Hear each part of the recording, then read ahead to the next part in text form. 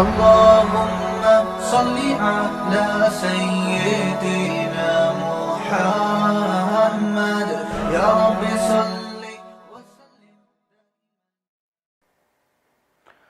بسم اللہ الرحمن الرحیم، الحمدللہ نحمدہ ونصلی علی رسولہ الکریم. آج ہمارا تفسیر کا 19 لیکچر نمبر 19 ہے، 19واں.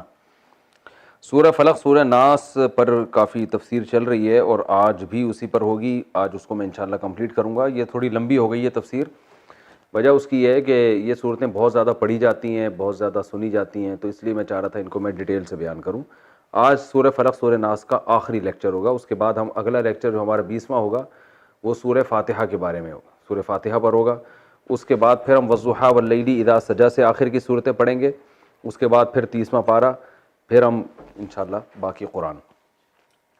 تو لیکن آپ لوگ کم از کم 30واں پارہ تو مکمل پڑھیں. باقی قرآن جس نے پڑھنا ہے پڑھ لے، نہیں پڑھنا ان کی مرضی ہے. لیکن 30ویں پارے کو میں کہوں گا کہ آپ لوگ لازمی پڑھیں، کیونکہ وہ نمازوں میں پڑھا جاتا ہے، سنا جاتا ہے، اس میں آپ کو انشاءاللہ بہت فائدہ ہوگا.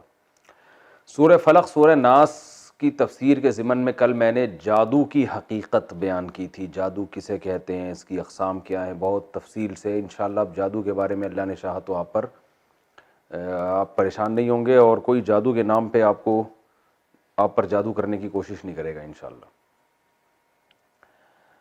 آج جو ہے نا سورہ فلق سورہ ناس کی تفسیر میں کہ کن کن چیزوں سے پناہ مانگی گئی ہے، کیوں مانگی گئی ہے، اس پر بات کروں گا.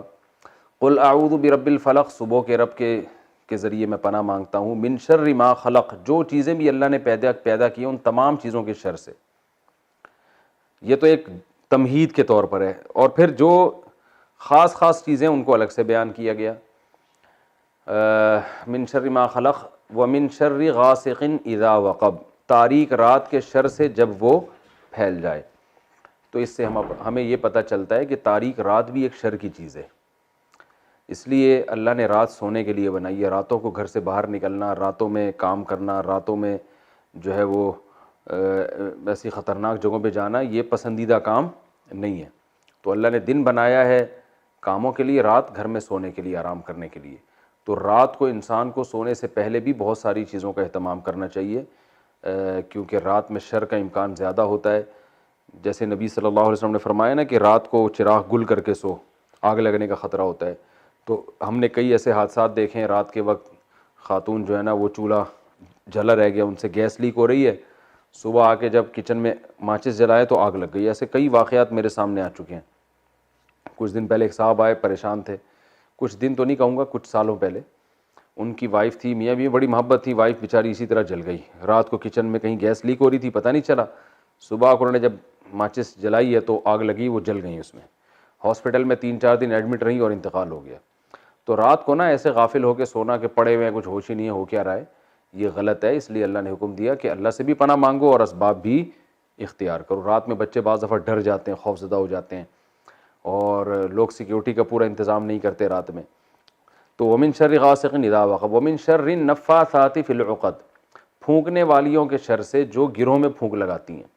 تو جادو میں نے بتایا تھا کہ یہاں عورتیں اس لیے ہیں کہ یہ کام خواتین زیادہ کرتی ہیں، اور یا اس سے مراد پوری ایک جماعت ہو سکتی ہے کہ جادوگروں کی ایک جماعت ہوتی ہے جو یہ کام کرتے ہیں. تو جماعت کو کے لیے مؤنث کا صیغہ استعمال کیا گیا ہے. تو بہرحال عورتیں ہوں یا مرد ہوں تو ان کے شر سے بھی پناہ مانگنے کا ہمیں حکم دیا گیا ہے. اور بس اسی طرح پناہ مانگی جائے گی کہ زبان سے یہ الفاظ کہہ دیے جائیں. اس کے لیے حصار کھینچنے، یہ جو عامل لوگ کرا رہے ہوتے ہیں نا، حصار کھینچ لے اب یہاں کوئی جن نہیں آئے گا، یہ ٹوپی ڈرامے، ان سے کچھ بھی نہیں ہوگا. تو بس اتنا کافی ہے. یہ دعا پڑھ لیں، انشاءاللہ آپ کی حفاظت ہو جائے گی، اور ڈرنا چھوڑ دیں ان لوگوں سے. تو آپ دیکھیں پولیس والے جب جادوگروں کے پاس جاتے ہیں ان کو گرفتار کرنے کے لیے، کیسے اٹھا کے موبائل میں ڈال کے لے جاتے ہیں. یہ چیختے رہ جاتے ہیں ہم جن لے آئیں گے، چڑیل لے آئیں گے، بھوت لے آئیں گے. کچھ بھی نہیں ہوتا. پولیس والے 2 تھپڑ لگاتے ہیں، اٹھا کے ان کو لے جاتے ہیں جب گرفتار کرتے ہیں. تو ومن شر النفاثات فی العقد ومن شر حاسد اذا حسد، اور حسد کرنے والے کے شر سے جب وہ حسد کرنے لگے. یہ بہت اہم ہے. حسد کہتے ہیں کیونکہ اللہ تعالیٰ نے کو پتہ ہے کہ یہ چیزیں آپ کو نقصان پہنچائیں گی.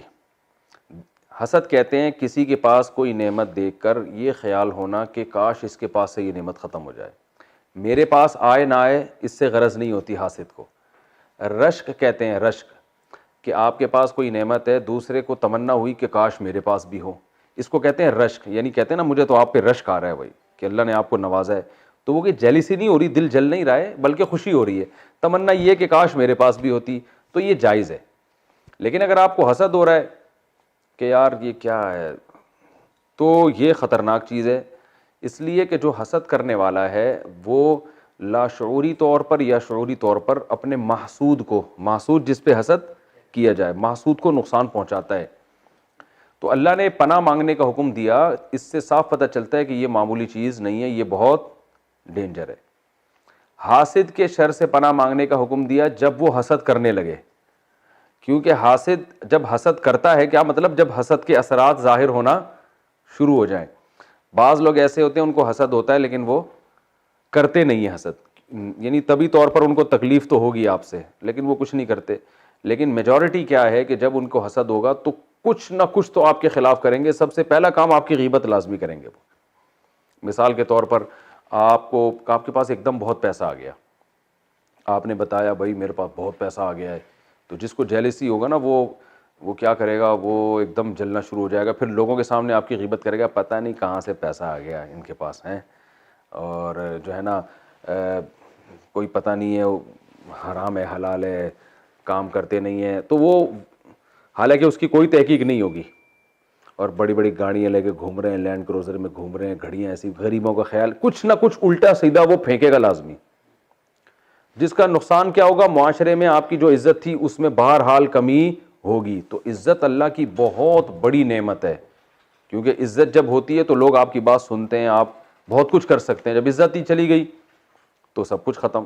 تو اس لیے جو عقل مند لوگ ہیں نا وہ سب سے زیادہ اپنی عزت بچانے کی فکر کرتے ہیں, اور جن کی عزت ہی نہیں ہوتی ان پہ وہ لطیفہ ہے نا. ایک آدمی کسی محلے میں گیا, واپس آ کے کہنے لگا کہ شکر ہے یار اس علاقے میں میری عزت نہیں ہے. تو انہوں نے کہا کیوں, کہہ رہے ورنہ آج بہت بے عزتی ہو جاتی ہے. ٹھیک ہے, تو بعض لوگ ایسے بھی ہیں جو عزت اس لیے نہیں حاصل کرتے کہ جب عزت ہوگی تو بے عزتی کا خطرہ بھی ہوتا ہے, تو اس لیے بعض لوگوں نے کہ یہ پالیسی ہے. تو خیر, تو حسد جو ہے نا یہ قرآن سے بھی ثابت ہے اور احادیث سے بھی ثابت ہے.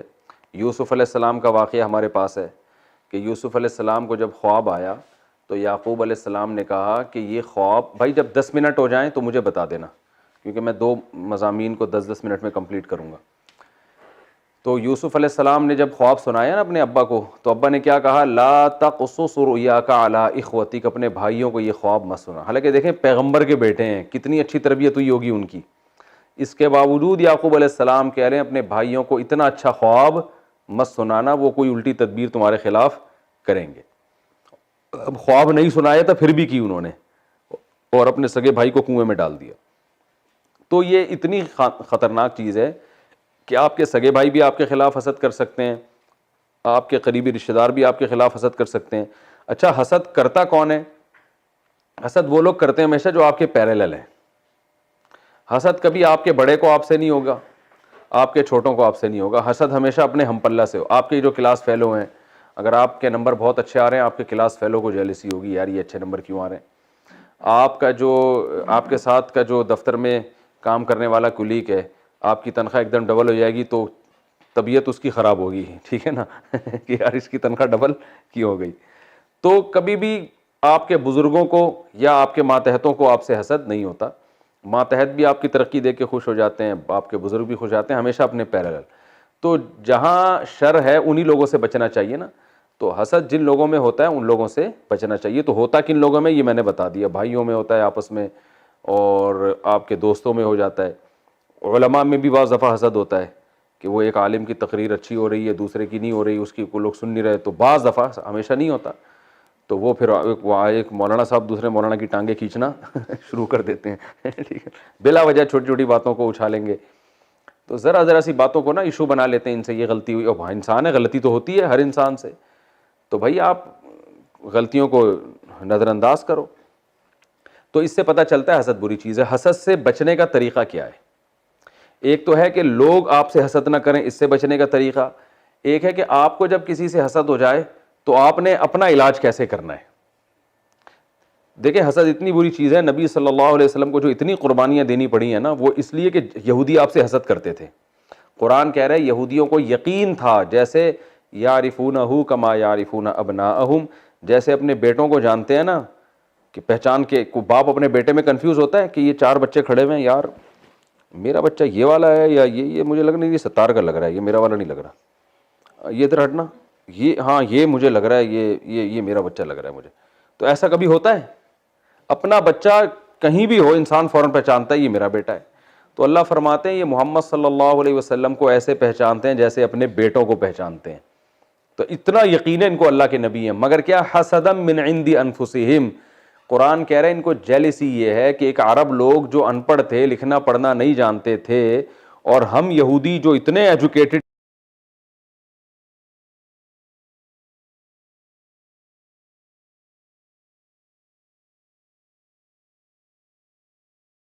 یہ فرمایا کہ اللہ کا فضل ہے، جس کو چاہتا ہے اللہ عطا کرتا ہے. شیطان کیوں تباہ ہوا؟ حسد میں. آدم علیہ السلام کو جب اس نے دیکھا کہ بھئی مجھے حکم دیا رہا ہے اس کو سجدہ کرو، تو طبیعت خراب ہونا شروع ہو گئی اس کی. ٹھیک ہے نا، اس سے پہلے اللہ کی عبادت کرتا تھا اور اللہ کے سامنے سجدہ بھی کرتا تھا، ہر بات مانتا تھا. اللہ نے کہا کہ ٹھیک ہے آدم کو سجدہ کرو، تو کہنے لگا یہ تو نہیں ہو سکتا، حالانکہ حکم اللہ کا ہے، مگر سجدہ چونکہ آدم کو ہے، بھئی یہ تو نہیں ہو سکتا، یہ چھوٹا میں بڑا، میں کیوں سجدہ کروں.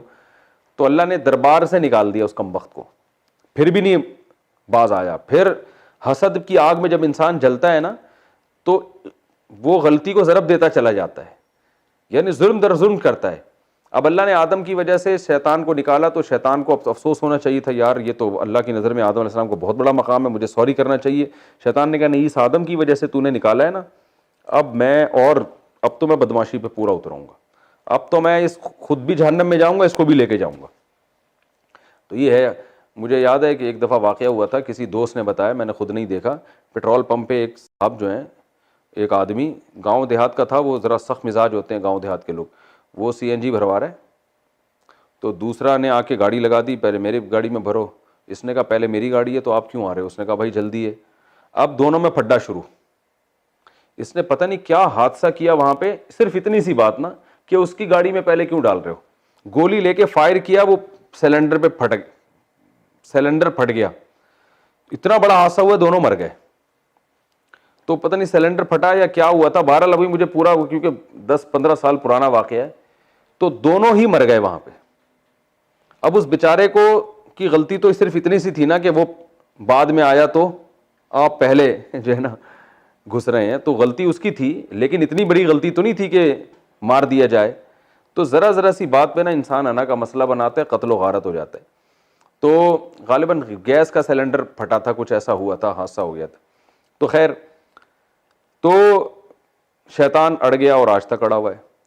تو آج دنیا میں ہمیں جتنے فسادات نظر آ رہے ہیں نا، جیلیسی کی وجہ سے. ایک مسلک دوسرے مسلک سے جلنا شروع ہو جاتا ہے، ایک فرقہ دوسرے فرقے سے جلتا ہے. بھائی دونوں قرآن و حدیث کو فالو کر رہے ہیں تو آپ اپنا ذر بڑا رکھیں، آپ بولیں یہ بھی ٹھیک ہے اور ہم بھی ٹھیک ہیں، لیکن نہیں، ہماری چودراہٹ ختم ہو رہی تو اس کو نیچے دباؤ، اس کو نیچے دباؤ. یہ جو آج کل آ رہے ہیں نا چورن اور پکیا، اور یہ حسد ہے، کیونکہ اپنی دکان چل نہیں سکتی جب تک کہ جو پہلے سے دکانیں چل رہی ہیں ان کو بند نہ کیا جائے. تو لیبل یہ لگایا جاتا ہے دوسروں کی دکانیں بند کر رہے ہیں، اصل مقصد ہوتا ہے اپنی دکان چلانا. تو یہ بھی جیلیسی ہے علماء سے. ہمارے جو لبرل لوگ ہیں نا، ان کو مولویوں کی اتباع کرتے ہوئے آر محسوس ہوتی ہے. وہ یہ کہتے ہیں ہم پڑھے لکھے لوگ ہیں، ہم نے پی ایچ ڈی یورپ سے کیا، ہم نے فلانی جگہ سے کیا، ہم نے. بھائی آپ نے بہت کچھ کیا، مذہب تو نہیں پڑھا نا آپ نے. مذہب تو ان مولویوں نے مدرسوں میں بیٹھ کے پڑھا ہے. تو بے شک یہ غریب ہیں، پھٹے پرانے کپڑے پہنتے ہیں اور ان کو انگلش نہیں آتی، ان بیچاروں کو مسکین ہیں، لیکن ان کو انہوں نے محنت کی ہے. 8-10 سال اپنے جوانی کا حصہ انہوں نے مدرسوں میں بیٹھ کے گزارا ہے. اب بجائے اس کے کہ آپ ان کے سامنے ہاتھ باندھ کے بیٹھ کے ان کی بات سنیں، بھائی مذہب کے بارے میں تو یہ جانتے ہیں، تو نتیجہ کیا نکلتا ہے؟ نہیں جی، وہی آر محسوس ہوتی ہے جیسے یہودیوں کو ہوتا تھا. عرب جو ان پڑھ ہیں ان سے کیوں ہم سیکھیں؟ تو اس آر میں کیا ہے کہ ہر آدمی مولویوں کے پیچھے پڑا ہوا ہے. یہ مولوی ایسے ہوتے ہیں، یہ مولوی یوں ہوتے ہیں، یہ مولوی فلانے ہوتے ہیں. مولویوں کے پیچھے سارے لبرل لوگ. مذہب کو برا نہیں کہتے، علماء کو برا کہتے ہیں. ان کو آر محسوس ہوتی ہے. تو آر نہیں آنی چاہیے. آپ یہ دیکھو بھائی، ہم نے ان کے پاس یہ علم ہے، ہمارے پاس وہ علم ہے. تو یہ ہمیں تو نہیں آر آتی، ہم بیمار ہوتے ہیں تو ڈاکٹر کے پاس جا کے علاج کرتے ہیں. ہم یہ تو نہیں کہتے کہ ڈاکٹر صاحب میں تو مفتی ہوں، میں آپ کے پاس کیوں آؤں؟ بھائی میں تو نہیں آؤں گا، میں تو آپ سے نہیں پوچھوں گا. تو جیسے ہی مفتی صاحب کو ڈاکٹر کے پاس جاتے ہوئے حیا نہیں آتی اور ان کو آر محسوس نہیں ہوتی، کوئی حسد نہیں ہوتا، تو ڈاکٹر کو بھی چاہیے کہ وہ شرعی معاملات میں کس سے پوچھے. بھائی مفتی سے وہ کہہ رہے ہیں حرام ہے، ناجائز ہے، تو چھوڑ دو بھائی. یہ نہیں کرو کہ نہیں میں اس میں بھی آپ اپنے طبقے سے پوچھ رہے ہوتے ہیں. تو یہ بھی جیلسی ہے، حسد ہے. تو بہت خطرناک چیز ہے. اگر ہم یوں کہیں نا کہ اس وقت دنیا میں جتنے فسادات ہو رہے ہیں ان کے پیچھے حسد کا ہاتھ ہے, تو یہ غلط نہیں ہوگا. تو حسد اپنے اندر پیدا ہو, بھائی 10 منٹ ہو جائے تو بتا دینا, اپنے اندر حسد پیدا, 10 منٹ نہیں سوری 20 منٹ, 40 منٹ کا ہے نا, تو آدھا جب ہو جائے, آدھا مضمون ایک ہے آدھا مضمون دوسرا ہے. ہاں بس ٹھیک ہے. تو اپنے اندر سے حسد کیسے ختم کیا جائے, کیونکہ آپ بھی تو جیلسی ہو سکتی ہے نا, ہم بھی تو انسان ہیں, ہمیں بھی تو جلن ہو سکتی ہے یار, یہ وقار بھائی جو ہے نا یہ عجیب سا آدمی ہمارے درس میں آیا کرتا تھا ہے بھائی, اب اس کی شادی بھی ہو گئی اور جناب سونا ہے دوسری شادی بھی کر رہا ہے, یہ مذاق کر رہا ہوں ان کے ساتھ, یہ برا نہیں مانتے. تو یہ جناب ایسے لونڈا لپاڑا گھومتا تھا, اس کی تنخواہ اتنی اچھی ہو گئی یار, یہ تو اب ہمیں پوچھے گا ہی نہیں, اب تو خدمت ہی نہیں کرے گا. تو انسان کو نا, اس لیے انسان بعض دفعہ اپنے ماتحتوں کو بھی چاہتا ہے کہ دبے رہیں یہ ٹھیک ہے نا, یہ غلام بن کے رہیں گے تو خدمت کرتے رہیں گے, پیسے آ گئے تو کون پوچھے گا. اب ان کو اگر لینڈ کروزر مل جائے, یہ مفتی صاحب کریں گے. ان کو میں نے بائک خرید کے دی تھی, اس کے بعد سے یہ غائب ہے مارکیٹ سے, بائک لے کے غائب. میں نے تو دی تھی کہ چلو یار بیچارہ اتنی خدمت کر رہا ہے, تو اس کے بعد سے مارکیٹ سے شارٹ. تو خیر مذاق کر رہا ہوں یار, تنہائی میں جا کے غور کرنا مذاق تھا یا سنجیدگی تھی. خیر حسد میں جو ہے نا, تو اس کا علاج, سب سے پہلا علاج یہ ہے کہ دل میں یہ سوچو کہ جو قرآن میں اللہ نے کہا ہے کہ اللہ کا فضل ہے جس کو چاہتا ہے عطا کرتا ہے. تو حسد کرنے والا اللہ سے لڑ رہا ہے اصل میں. بھائی اللہ نے ایک کو خوبصورتی زیادہ دے دی, اللہ نے ایک کو پیسہ زیادہ دے دیا, تو اللہ نے دیا ہے نا. محنت پہ اگر یہ چیزیں ملتی تو مزدور کے پاس دنیا میں سب سے زیادہ پیسہ ہوتا ہے, کیونکہ محنت سب سے زیادہ کون کرتا ہے؟ مزدور. دماغ, ذہانت, یہ گاڈ گفٹڈ ہے نا. ہم اس مدرسے میں پڑھتے تھے اور اسکول میں بھی ہم نے پڑھا ہے, ایک طالب علم ذرا سی محنت نہیں کرتا, وہ اتنا پڑھ لیتا. اور کچھ ہمارے پاس ایسے طلبہ ہوتے تو صبح سے شام بیٹھ کے رٹے لگا رہے ہوتے تھے. ایک طالب علم کو تو میں نے خود نکالا, میں نے کہا بھائی تو پڑھنے کے علاوہ دنیا میں کوئی اور کام کر لے. اس کو ایک بات 20 دفعہ سمجھاؤ, بیچارہ روتا تھا, شوق بہت تھا لیکن یاد ہی نہیں ہوتا تھا. میں نے اسے کہا آپ کو اللہ نے صلاحیت ہی نہیں دی ہے پڑھنے کی. وہ کہہ رہا ہے میں عالم بننا چاہتا ہوں. میں نے کہا جب اللہ نے صلاحیت نہیں دی تو بھائی کچھ اور کام کرو نا, کیونکہ ایسے غبی ذہن کے ہوتے ہیں, کن ذہن ہوتے ہیں, نہیں پڑھ پاتے. تو بعض ایسے ہوتے ہیں سارا دن ہم نے مدرسے میں دیکھا ہے باتیں کرتے رہتے ہیں, پڑھتے ہیں ہی نہیں. امتحان میں نمبر آپ ان کے دیکھو, ایک تھوڑا سا بس دہرایا اور امتحان پاس کر کے آ گئے. تو یہ خدا کی طرف سے ہے. تو بس دیکھ لو بھائی اللہ نے اس کو دماغ اچھا دے دیا, اب تو کیا کریں, دے دیا اللہ نے, دے دیا تو شکر ادا کرو, صبر کرو. بھائی اللہ نے اس کو وہ چیز نہیں دی, آپ کو کوئی اور چیز دے دی ہے. آپ کو ہو سکتا ہے جو کسی کو دولت دی صحت نہیں دی, غریب آدمی کو دولت نہیں دی مگر مزدوروں کی جان دیکھو کتنی ہوتی ہے, ایسے پاورفل ہے چپیڑ لگا دیں کسی کے, بندہ مر جائے اسی وقت. تو کسی کو اللہ نے کوئی صلاحیت دی, کسی کو کوئی صلاحیت دی. تو سب سے پہلے حسد کا علاج ہے کہ اللہ کی صلاحیتوں کے بارے میں سوچنا چاہیے کہ یہ اللہ نے دی ہیں, تو جو کام اللہ نے کیا ہے تو ہم حسد کرتے ہیں جب لڑ رہے ہیں تو یہ اللہ سے لڑ رہے ہیں, یہ اس سے نہیں لڑ رہے. تو تقدیر پہ راضی ہونا چاہیے. اور دوسری چیز سوچنی چاہیے, دنیا مسافر خانہ ہے, کسی کے پاس کتنی بھی بڑی نعمت ہے وقتی طور پر ہے, تھوڑے دنوں میں ختم ہو جائے گی. جیسے ماں نے ایک بچے کو کھلونا دیا دوسرے کو نہیں دیا, اب یہ والا بچہ رو رہا ہے تو ماں کہتی ہے تھوڑی دیر میں اس سے واپس لے لوں گی, چپ کرانے کے لیے دیا ہے ٹھیک ہے نا, واپس لے لوں گی میں. تو اللہ نے بھی کسی کو حکومت دے دی, کسی کو صحت دے دی, کسی کو عزت دے دی, کسی کو شہرت دے دی, کسی کو دولت دے دی, تو بہت کچھ ہے. تو جس کو یہ چیزیں نہیں ملی وہ کہے بھائی اس کو کون سا ہمیشہ کے لیے دی ہے, یہ بھی مر جائے گا اور ہم بھی مر جائیں گے, مرنے کے بعد صاحب ختم. تو پھر جو عمل ہے وہ آخر جائے گا. اور تیسری چیز کیا ہے کہ جس سے حسد ہو رہا ہے نا اس کے لیے دعا کرے انسان تنہائی میں, اے اللہ تو نے اس کو یہ نعمت دی, میری تجھ سے دعا ہے کہ تو اس کو اور زیادہ نعمت دے. دل میں خیال تو آئے گا اللہ تو اس کو تباہ کر دے کسی طریقے سے اس کمبخت کو, لیکن جب یہ دعا مانگے گا نا تو دل جلے گا, دعا کے الفاظ زبان سے نکلیں گے نہیں. اے اللہ اور نعمت دے, اللہ اور دے دے, اللہ اس کو اور ترقی, آتا واتا کچھ بھی نہیں ہے پھر بھی تو نے اس کو اتنی بڑی ترقی دے دی, اے اللہ میں چاہ رہا ہوں اور زیادہ دے دے. تو اس سے کیا ہوگا کہ یہ حسد کے جراثیم آہستہ آہستہ, یہ اینٹی بائیوٹک کا کام کرے گی, یہ جراثیم آہستہ آہستہ کیا ہوں گے, ختم ہوں گے. انسان جو بولتا ہے نا اس کے اپنے دل پہ اثر ہوتا ہے, تو وہ نفرت محبت میں تبدیل ہونا شروع ہو جائے گی.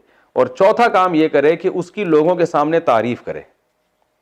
حاسد کیا کرتا ہے کہ بلا وجہ گھما گھما کے برائیاں لا رہا ہوتا ہے کہ تاکہ وہ نیچا ہو جائے کسی طریقے. ابے اس کو جو عزت ملی ہے, ابے اس کے پاس جو علم ہے, ابے ہمیں پتہ ہے, سارا دن تو ایسے ہی گھومتا رہتا ہے, پتہ نہیں کیا کہاں سے اس نے ہے پھینکتا رہتا ہے ایسے ہی، بس لوگ کرتے ہیں باتیں نا. میں تو کمنٹس پڑھ رہا ہوتا ہوں نا اپنے بارے میں بھی پڑھتا ہوں، دوسرے علماء کے بارے میں بھی پڑھتا ہوں، تو ایسے کرتے رہتے ہیں لوگ. تو بھائی تعریف کرنی چاہیے، جس کو حسد ہو رہا ہے بولے بھائی یہ ماشاءاللہ اللہ نے بڑی صلاحیت دی ہے. تو اس تعریف کا کیا ہوگا کہ دل تو جلے گا، یار میں پہلے ہی اس کی عزت سے پریشان ہوں اور میری تعریف سے کم بخت کی اور عزت ہو رہی ہے. تو نتیجہ یہ نکلے گا کہ اس کی عزت بڑھے نہ بڑھے، آپ کے اندر سے حسد کے جراثیم ختم ہو جائیں گے. اور یہ بات یاد رکھیں کہ جب آپ کے دل کو اللہ ایسا پاک بنا دے نا کہ آپ میں حسد ختم ہو جائے، تو یہ خود بخود لوگوں کے دل میں آپ کی عزت بڑھنا شروع ہو جاتی ہے. یہ اللہ کا عجیب قانون ہے کہ جو سب کے لیے اچھا سوچتا ہے نا، تو اس کے لیے خود بخود لوگ اچھا سوچنا شروع کر دیتے ہیں. یہ اللہ کا ایک نظام ہے کہ خود بخود جو ہے نا حالات اس کے حق میں سازگار ہونا شروع ہو جاتے ہیں. جو امارت نہیں چاہتا، لوگ چاہتے ہیں اس کو امیر بنائیں. مدرسوں میں ہم دیکھتے ہیں کہ جو استاذ جو ہے نا چاہتا ہے کہ مجھے بڑی کتابیں نہ ملیں، اس میں تواضع ہو، تو محتمم کی خواہش ہوتی ہے اس کو بڑی کتاب ملے، طلبہ کی خواہش ہوتی ہے اس کو بڑی کتاب ملے. یہ یعنی اللہ تعالیٰ اس کی محبت لوگوں کے دلوں میں خود بخود پیدا کر دیتے ہیں. یہ اللہ کا نظام ہے. اور جو بڑے بڑے کمالات ہو لیکن وہ چاہتا ہے کہ میں آگے نکلوں، تو اللہ لوگوں کے دل میں ڈال دیتے ہیں کہ ان کے دل میں اس کے کمالات کے ہونے کے باوجود ان کی لوگوں کی چاہت ہوتی ہے آگے نہ بجائے. تو آپ دیکھ رہے ہیں جو یوٹیوب پہ اور جو ایک دوسرے کے خلاف فتوے پھوڑتے رہتے ہیں نا، وہ ایسا ہے وہ یوں ہے، وقتی طور پر ان کی عزت بہت ہوتی ہے، مگر خود ان کے جو فالوورز ہیں تھوڑے دنوں کے بعد ان کی عزت کرنا چھوڑ دیتے ہیں. عزت ہمیشہ اسی کی ہوتی ہے جو لوگوں کی خیر خواہی چاہتا ہے.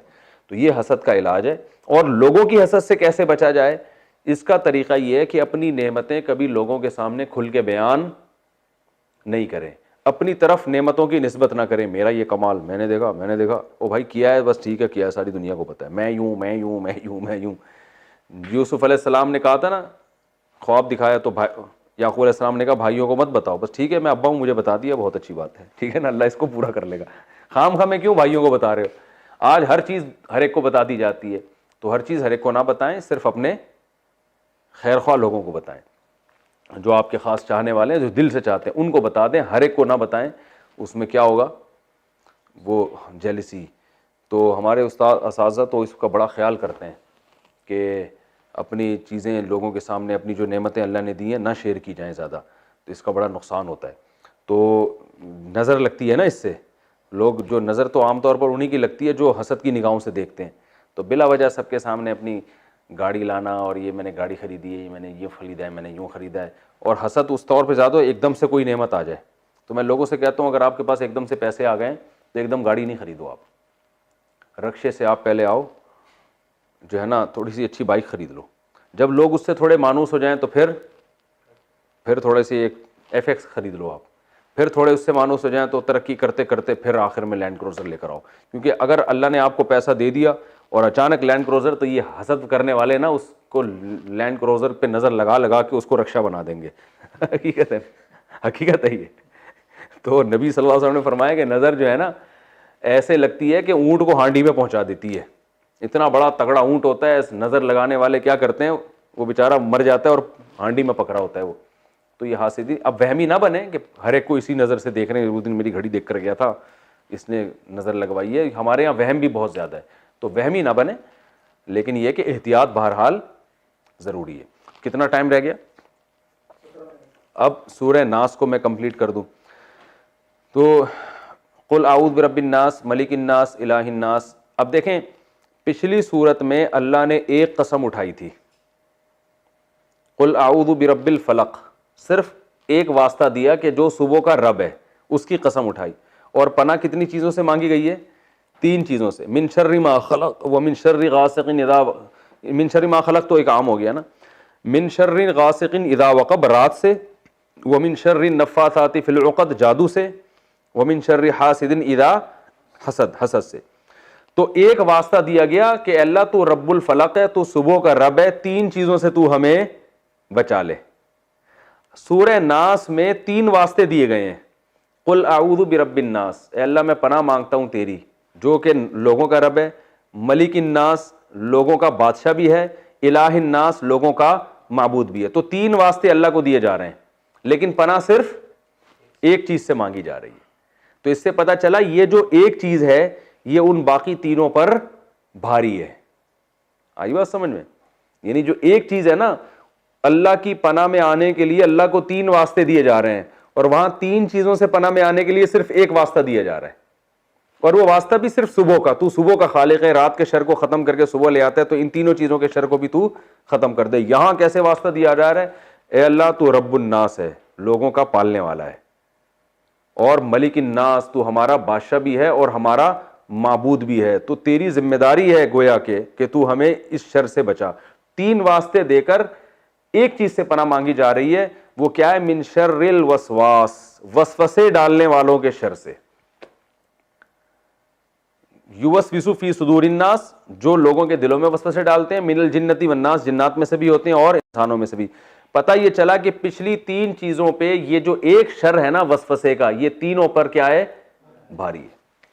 تو جنات تو وسوسے ڈالتے ہیں تو شیطان کے ہوتے ہیں. شیطان کے وسوسے کیسے ہوتے ہیں؟ وہ آپ کو لمبی لمبی امیدیں دلائے گا, اور شیطان کے وسوسوں کو تو سب مانتے ہیں.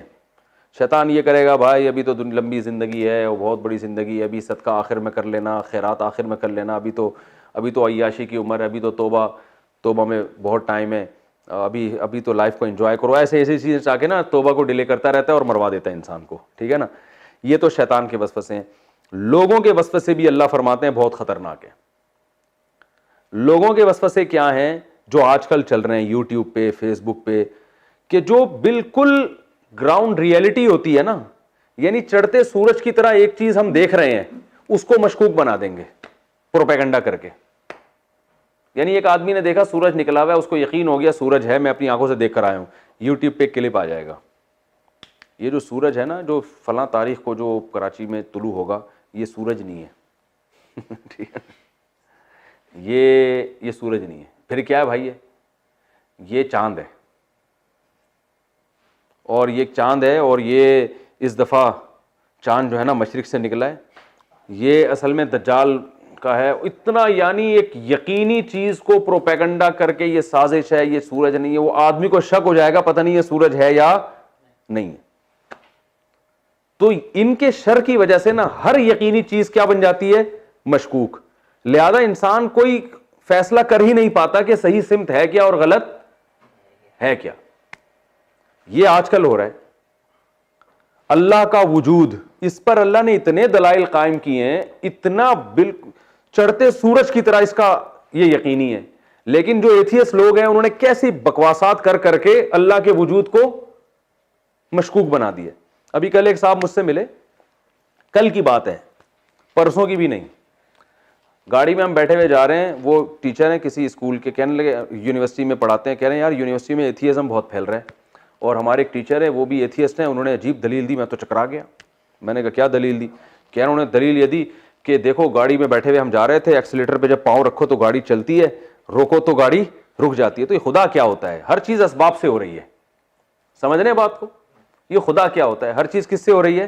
اسباب سے. بھائی اللہ تھوڑی چلا رہا ہے گاڑی, ادھر پاؤں رکھوں گا تو چلے گی, بریک لگاؤں گا تو رکے گی. تو اللہ کہاں ہے؟ سب کچھ ایسا ہی ہو رہا ہے. میں نے کہا یہی اتنی بڑی دلیل ہے خدا کے وجود کی, یہ جو دلیل دینا ہے ایکسیلیٹر.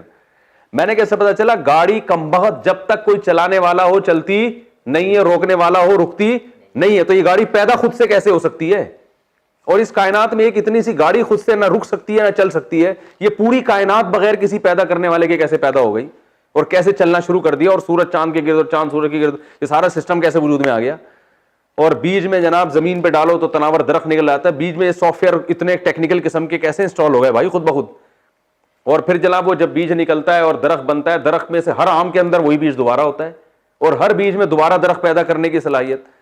تو میں نے کہا ان کمبختوں کو خدا کی کوئی پھٹکار پڑی ہے ان کے اوپر, ٹھیک ہے نا, کوئی گناہ ان سے ہوا ہے کہ بدیہی چیزیں ان کے سامنے کیا ہو گئی ہیں. تو جو چیز خدا کے وجود کی دلیل ہے اسی کو, جیسے ایک آدمی کہہ رہا ہے سورج نکلا ہوا ہے, دلیل کیا ہے؟ آؤ میں لا کے تمہیں دکھاتا ہوں. اب لا کے دکھا دیا, کہہ رہا ہے یہ چاند ہے نا. تو جو مشاہدہ سورج کے وجود کی دلیل ہے اسی مشاہدے کو آپ الٹی دلیل کے طور پہ لے کے جا رہے ہو. تو میں نے کہا یہی تو دلیل ہے کہ بھائی یہاں تو گاڑی پاؤں ایکسیلیٹر دبائے بغیر گاڑی نہیں چلتی ہے, تو یہ کائنات خود سے کیسے چلنا شروع ہو گئی؟ خود سے کوئی ہے تو صحیح جو چلانے والا ہے اس کو, پہلی دفعہ تو کسی نے بنایا ہے اس کو. تو ہر چیز میں ان لوگوں نے کیا ڈال دیا؟ کمبختوں نے شک ڈال دیا, اللہ کے وجود میں شک ڈال دیا. اسلام کو مشکوک بنا دیا. اسلام کے مقابلے میں کسی مذہب کو آپ کمپیئر کریں تو کوئی اسلام کے مقابلے میں کوئی کھڑا ہونے کے لیے تیار ہی نہیں ہے, ایسا مذہب ہے. لیکن آپ دیکھو اسلام پہ اتنے اور بے فضول باتوں پہ وسوسے ڈالے ہوئے ہیں. امی عائشہ سے شادی کی 9 سال کی عمر میں, اتنی کم عمر لڑکی سے شادی کیوں کی, یہ تو ظلم ہے. بھائی جس پہ ظلم ہوا ہے وہ ماننے کے لیے تیار نہیں ہے, وہ ساری زندگی اس پہ فخر کرتی رہی ہے, ان کے لیے اس سے بہتر کوئی رشتہ تھا ہی نہیں. یہ مدعی سس گواہ چس والی بات ہو گئی نا. میں کہتا ہوں نا کہ عیسائی سے میری بات ہو رہی تھی, انہوں نے کہا یار اتنی سی بچی سے شادی ہوئی. میں نے کہا چلو اس وقت تو آپ کہہ سکتے ہیں کم عمر تھی, تو بعد میں ان کو اعتراض ہونا چاہیے تھا نا کہ میرے ابا نے میرے ساتھ معاذ اللہ نقل کفر زیادتی کی, تو بعد میں بھی خوش ہیں اور ساری زندگی اس پہ فخر کرتی رہی ہیں. تو جب وہ بھی خوش ہیں تو تمہیں کیوں تکلیف ہو رہی ہے بھائی.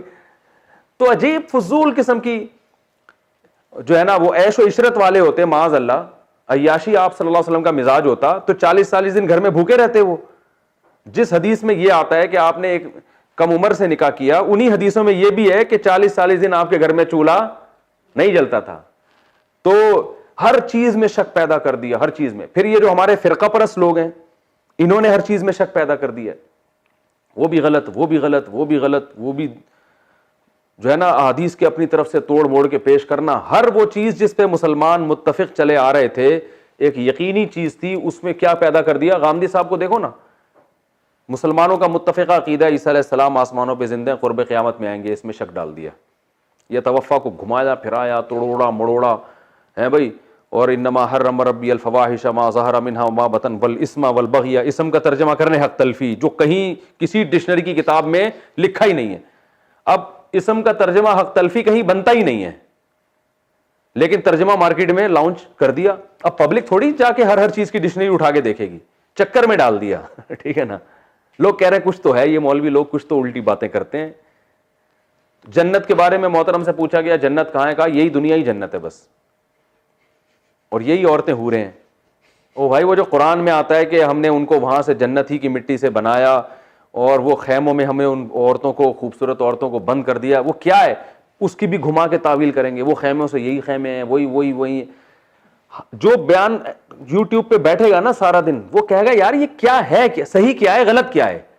بھائی صحیح وہ ہے جو 1400 سال سے چلا آ رہا ہے, غلط وہ ہے جو یہ کمبخت جو ہے نا مختلف قسم کے لوگ فتنے پیدا کر رہے ہیں قرآن و سنت کو توڑ موڑ کے. تو یہ ہیں وہ وسوسہ ڈالنے والے جو لوگوں کے دلوں میں وسوسے ڈالتے ہیں.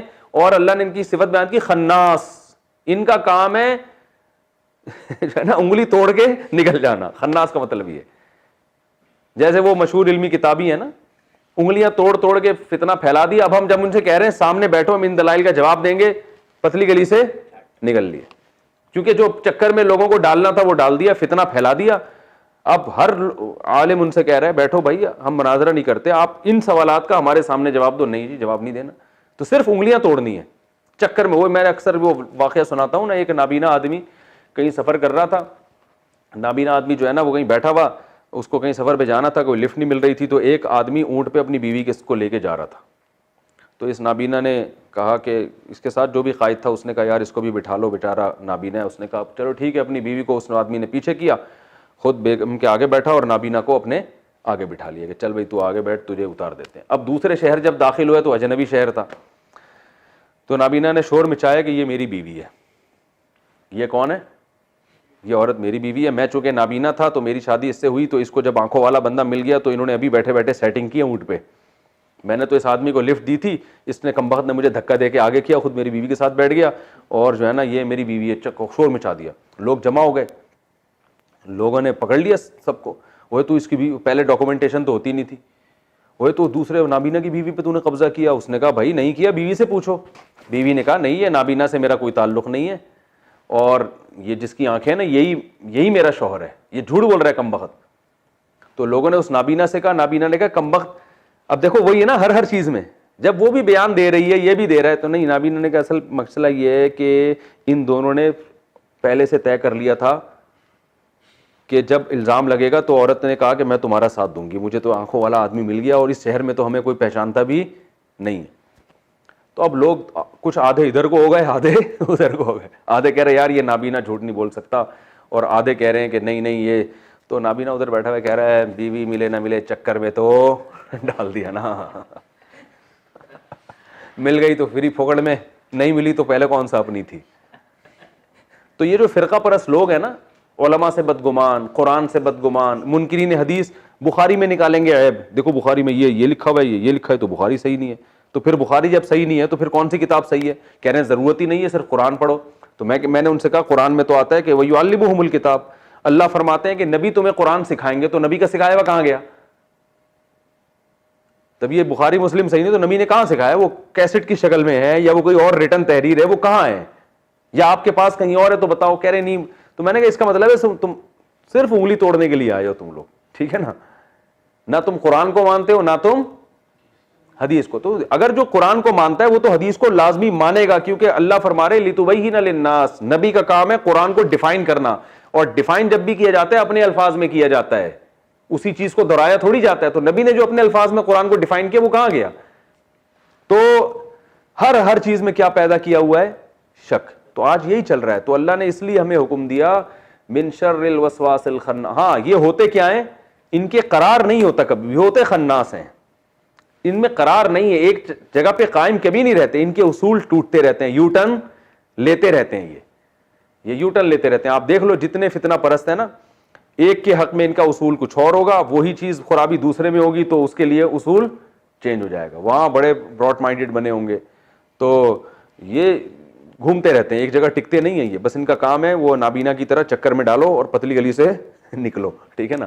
تو اس لیے اللہ نے حکم دیا کہ اللہ سے پناہ مانگو, اے اللہ تو لوگوں کا بھی رب ہے, تو ہمارا بادشاہ بھی ہے, تو ہمارا معبود بھی ہے, تو ہم تو تیری پناہ میں آتے ہیں, تو وسوسہ ڈالنے والوں کے وسوسے سے تو ہمیں محفوظ رکھ. تو کسی بھی چیز میں, کورونا وائرس کا دیکھ لو نا, دبئی کی فلائٹیں بند ہو گئیں اور امریکہ میں فلائٹیں بند ہو گئیں, پاکستان میں ٹرینیں, پوری دنیا تباہی کی طرف جا رہی ہے. لیکن یوٹیوب پہ فیس بک پہ وسوسے ایسے ڈال دیے کہ یہ سب ڈرامہ ہے. اب ہم کسی کو سمجھاتے ہیں احتیاط کرو. آج میری ملاقات ہوئی, میں نے کہا احتیاط, کہہ رہا ہے سب بکواس ہے. مجھ سے گلے مل رہے تھے اثر کے بعد, ہمارے میرے شاگرد ہیں, ایسے گلے. میں نے کہا بھائی تھوڑا سماجی فاصلہ رکھو. کہہ رہے ہیں سب بکواس ہے, ایسے ہی لوگ الو بنا رہے. تو کیا ہے, اس کا قصور نہیں ہے. میڈیا پہ اتنا جو ہے نا, وہ کووڈ 19 میں 19 نمبر یہ کوڈ ہے فلانے کا, وہ یہودی کے پینٹ کے اندر بھی 19 لکھا ہوا ہے, وہ اسرائیل کا جو وزیر اعظم ہے اس کی ٹوپی کے اوپر 19 لکھا ہوا تھا, تو یہ وہ ان کا نشان ہے, یہ والا, یہ انگلیوں کے یہ نشان, پھر کوئی یوں والا نشان. ایک دن اس نے تقریر میں یوں کہا تھا, یہ دجال کے 2 سینگ ہیں. تو یہ گھما پھرا کے, او بھائی ساری دنیا پاگل ہے یا تم پاگل ہو؟ دنیا اتنا ایک سازش کے پیچھے اربوں خربوں ڈالر کا نقصان کر دے گی. چائنا کی تجارت کا بیڑا غرق ہو گیا, حج عمرہ بند ہو گیا, تراویح نہیں ہو رہی حرم میں, ٹھیک ہے نا. ساری دنیا نے گول میز کانفرنس کی ہے کہ ہم انڈا موڑ کے چند لوگوں کو بیوقوف بنائیں گے یہاں بیٹھ کے. تو یہ ہے نا, حقائق کو مسخ کر دیتے ہیں. کھلی ہوئی چیز جو آنکھوں سے نظر آ رہی ہے نا, نہیں مانیں گے. تو میں تو لوگوں سے کہتا ہوں یار, جو کیا نام ہے اتنی یقینی چیز ہے اس پہ ہمارے پاکستانی اور انڈیا کے لوگ ماننے کے لیے تیار نہیں ہیں, اور یہ کلپ بازیوں پہ جا رہے ہیں. ایک آدمی نے کہا آپ کے کوئی ریلیٹو کا کوئی انتقال ہوا, میں نے 5-6 لوگ بتا دیے جن کا انا للہ ہو چکا ہے کورونا سے. کہنا اب ہے صحیح ہے, اب ہے صحیح ہے. میں نے کہا دعا کرو اللہ تمہارے باپ دادا کی حفاظت فرمائے. میں نے کہا اللہ نہ کرے کسی بوڑھے کو کچھ ہو گیا نا, مر گیا, اللہ نہ کرے. پھر تم جو لوگوں کو بتا رہے ہو گے نا میرے ابا کا اللہ نہ کرے کورونا میں انتقال ہو گیا, لوگ کہیں گے کچھ اور ہوا ہوگا. پھر آپ 100 دفعہ بولو بھائی کورونا ہی ہوا تھا, بولیں گے نہیں کچھ اور ہوا. وہی ہوا نا, ایبٹ آباد میں ایک میجر تھے, ان کا کورونا سے انتقال ہوا. میجر کا تو ہوا, ایک اور بزرگ کا انتقال ہوا.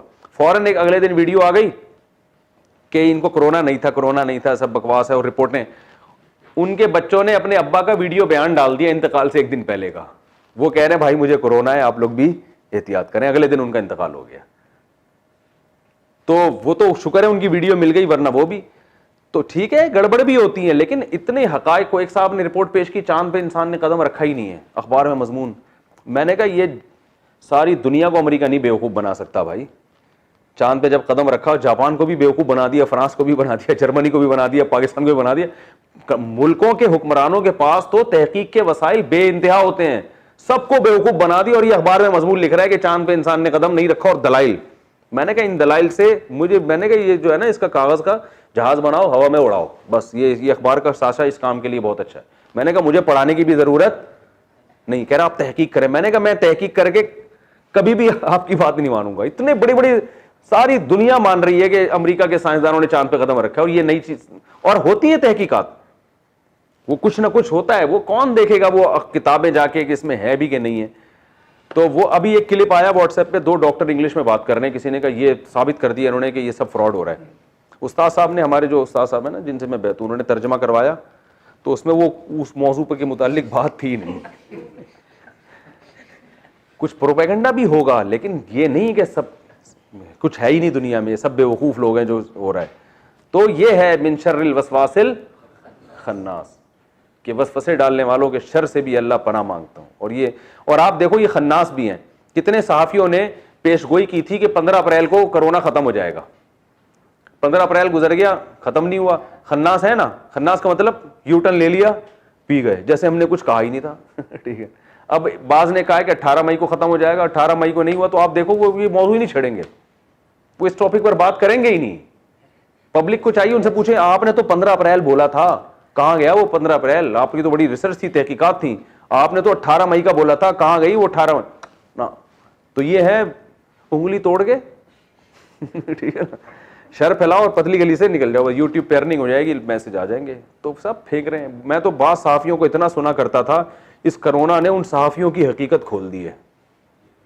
اب جب ان کی تحقیقات سن رہا ہوں نا تو میں کہتا ہوں بھائی یہ تو بڑے بڑے پھینکو. مولانا طارق جمیل صاحب نے غلط نہیں کہا تھا, پھر بھی کچھ اچھے بھی ہوتے ہیں, معافی نہ مانگنی پڑے نا مجھے, تو اچھے بھی ہوتے ہیں لیکن یہ بڑے جو ہے نا. کتنا ٹائم رہ گیا؟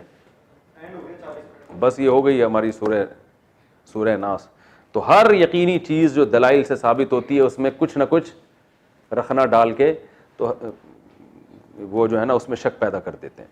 تو ساری امت فالو کرتی تھی چاروں مجتہدین کو, امت جمع ہو گئی تھی, ان میں شک ڈال دیا کہ یہ ان کی کوئی تحقیق نہیں ہے, قرآن و حدیث ہم جانتے ہیں یہ نہیں جانتے. ساری امت محدثین کو مانتی ہے, منکرین حدیث نے ان میں شک پیدا کر دیا, یہ امام بخاری غلط, امام مسلم غلط, حالانکہ ساری امت مان چکی تھی. تو ہر چیز میں شک پیدا کر کے, اور یہ صرف دنیا میں بھی صرف دین میں نہیں ہوتا, دنیا کے معاملات میں بھی ہوتا ہے. یقینی چیزوں میں جو ہے نا بس وہ شک پیدا کرتے ہیں. نتیجہ کیا نکلتا ہے؟ کسی چیز پہ انسان کا بھی اطمینان رہا ہی نہیں, کوئی فیصلہ کر ہی نہیں سکتا. صحت کے حوالے سے دیکھو نا, ایک حکیم کے پاس جاؤ گے, یہ صحت کے لیے اچھا, دوسرا کہے گا یہ تو تباہ کر دے گا تمہیں, گردے خراب کر دے گا تمہارے ٹھیک ہے نا. تو وہی ہے کہ جب ریسرچ نہیں ہوتی تو یہ پھینک رہے ہوتے ہیں. تو اس سے ہمیں پناہ مانگنے کا حکم دیا گیا, اور یہ اتنی خطرناک چیز ہے کہ اللہ نے اس کے لیے 3 واسطے اب دیے. تو اللہ تعالی ہماری ان وسوسوں سے حفاظت فرمائے.